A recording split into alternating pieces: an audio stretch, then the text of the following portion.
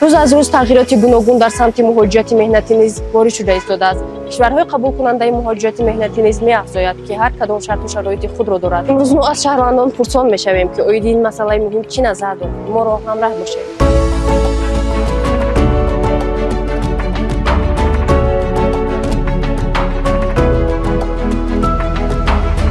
اصلا شما برای مهاجرت رفتن کدام دولت توصیه می‌کنید؟ هم زندگی در کدام دولت خوب باشه البته هم دولت خوب داریم. تاجیکستان خوبش نیست. رحمت.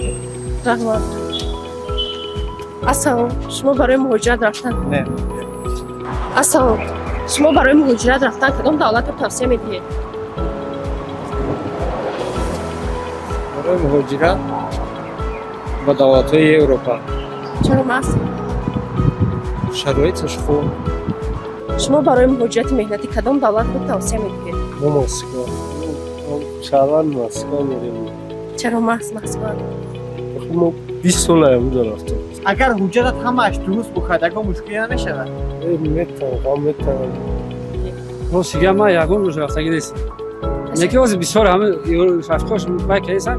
ولی آلمان گرمانه میشه اونجا در بسیار همه مثلا یگان با رفتگی نیست. دو دارم هست در گرمان هست. چند کس هست؟ اما هلش ما موجود نیست؟ نه یگان تمام نیست. دو دارم هست در میگم که در روسیه هست روزی. بعضی مهاجرت بود در روسیه به فکر شما چگونه است؟